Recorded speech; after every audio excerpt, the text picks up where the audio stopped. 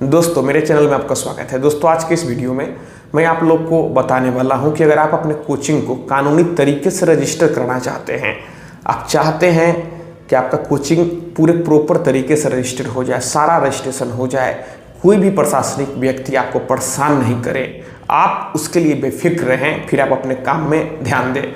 तो आज के इस वीडियो में मैं इसी चीज़ को क्लियर करने वाला हूँ।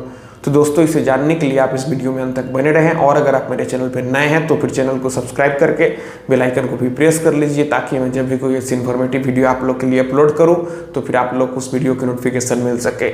यहाँ पर अगर आप कोचिंग को रजिस्टर कराना चाहते हैं तो सबसे पहले आपको डिसाइड करना होगा कि आपका जो कोचिंग रजिस्टर्ड होगा वो किस तरीके का रजिस्ट्रेशन होगा। जैसे मैं कहना यह चाहता हूँ कि अगर आप अकेले हैं तो यहाँ पर आप प्रोप्राइटरशिप फॉर्म बना सकते हैं, या फिर आप कंपनीज एक्ट में अपने कोचिंग को रजिस्टर कराना चाहते हैं तो फिर आप ओपीसी यानी कि 1% कंपनी बना सकते हैं।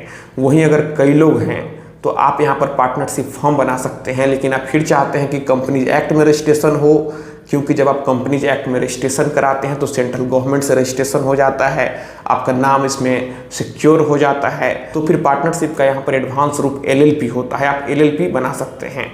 वहीं अगर आप चाहते हैं कि आप कॉर्पोरेट का रूप दें तो आप प्राइवेट लिमिटेड भी बना सकते हैं, लेकिन मेरा सजेशन है कि आप यहाँ पर LLP या फिर प्राइवेट लिमिटेड बनाएं, और अगर अकेले हैं तो आप OPC यानी कि 1% कंपनी बनाएं, क्योंकि जब आप कंपनीज एक्ट में रजिस्ट्रेशन करा लेते हैं तो सारा डाटा यहाँ पर जो भी आपके कंपनीज का जो मास्टर डाटा है, कितना शेयर है, कितने डायरेक्टर हैं, सारा डिटेल गूगल पर मिल जाता है, कोई भी आसानी से सर्च कर सकता है, जिस वजह से आपके कोचिंग के प्रति उनका ट्रस्ट बढ़ता है। तो आपको पहले यह चीज़ कर लेना है।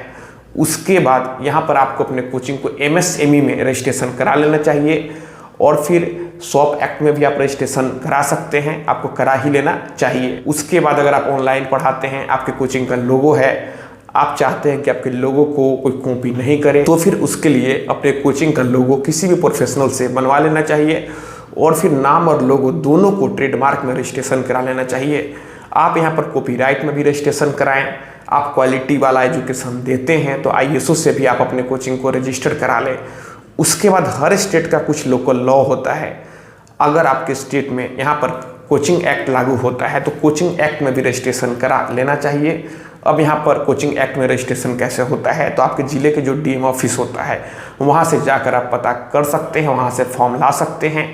यहाँ पर जो DM है यह देखते हैं कि आप सभी मापदंडों पर खड़ा उतर रहे हैं या फिर नहीं उतर रहे हैं, छात्रों को आप क्या फैसिलिटी दे रहे हैं, आप यहाँ पर मेडिकल का सुविधा कैसे देते हैं, वॉशरूम का सुविधा कैसे देते हैं, आप यहाँ पर सेफ्टी का कितना ध्यान रखते हैं।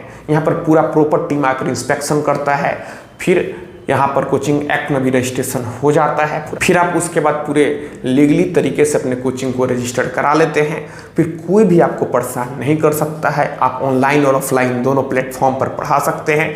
चलिए मैं समरी में फिर बता दूं, आपको पहले डिसाइड करना है कि आपका प्रोप्राइटरशिप फॉर्म है, पार्टनरशिप फॉर्म है, LLP है, प्राइवेट लिमिटेड है, आपको उसमें पहले रजिस्ट्रेशन कराना होता है। फिर आपके नाम का कोई दूसरा व्यक्ति कॉपी नहीं करे तो आपको ट्रेडमार्क में रजिस्ट्रेशन, कॉपीराइट में रजिस्ट्रेशन, और फिर ISO से भी सर्टिफाई करा लेना चाहिए। और फिर अगर आपके कोचिंग का जो करेंट अकाउंट है उसमें ट्रांजेक्शन अगर एक फाइनेंशियल ईयर में 20 लाख को टच करता है तो फिर आपको GST नंबर भी ले लेना चाहिए। अब यहाँ पर कई लोग पूछते हैं कि अगर आप कोचिंग क्लासेस दे रहे हैं तो कितना % आप GST स्टूडेंट से लेंगे, तो यहाँ पर आपको 18% GST लेना होता है और फिर गवर्नमेंट को पे करना होता है। तो दोस्तों मैं आशा करता हूँ आपको ये वीडियो पसंद आई होगी। अगर मन में कोई भी सवाल है तो आप नीचे कमेंट बॉक्स में कमेंट करें, और अगर आप हमसे सीधे जुड़ना चाहते हैं, फ़ोन से बात करना चाहते हैं, मन में कोई भी सवाल है तो फिर आप हमें इंस्टाग्राम पर फॉलो करें।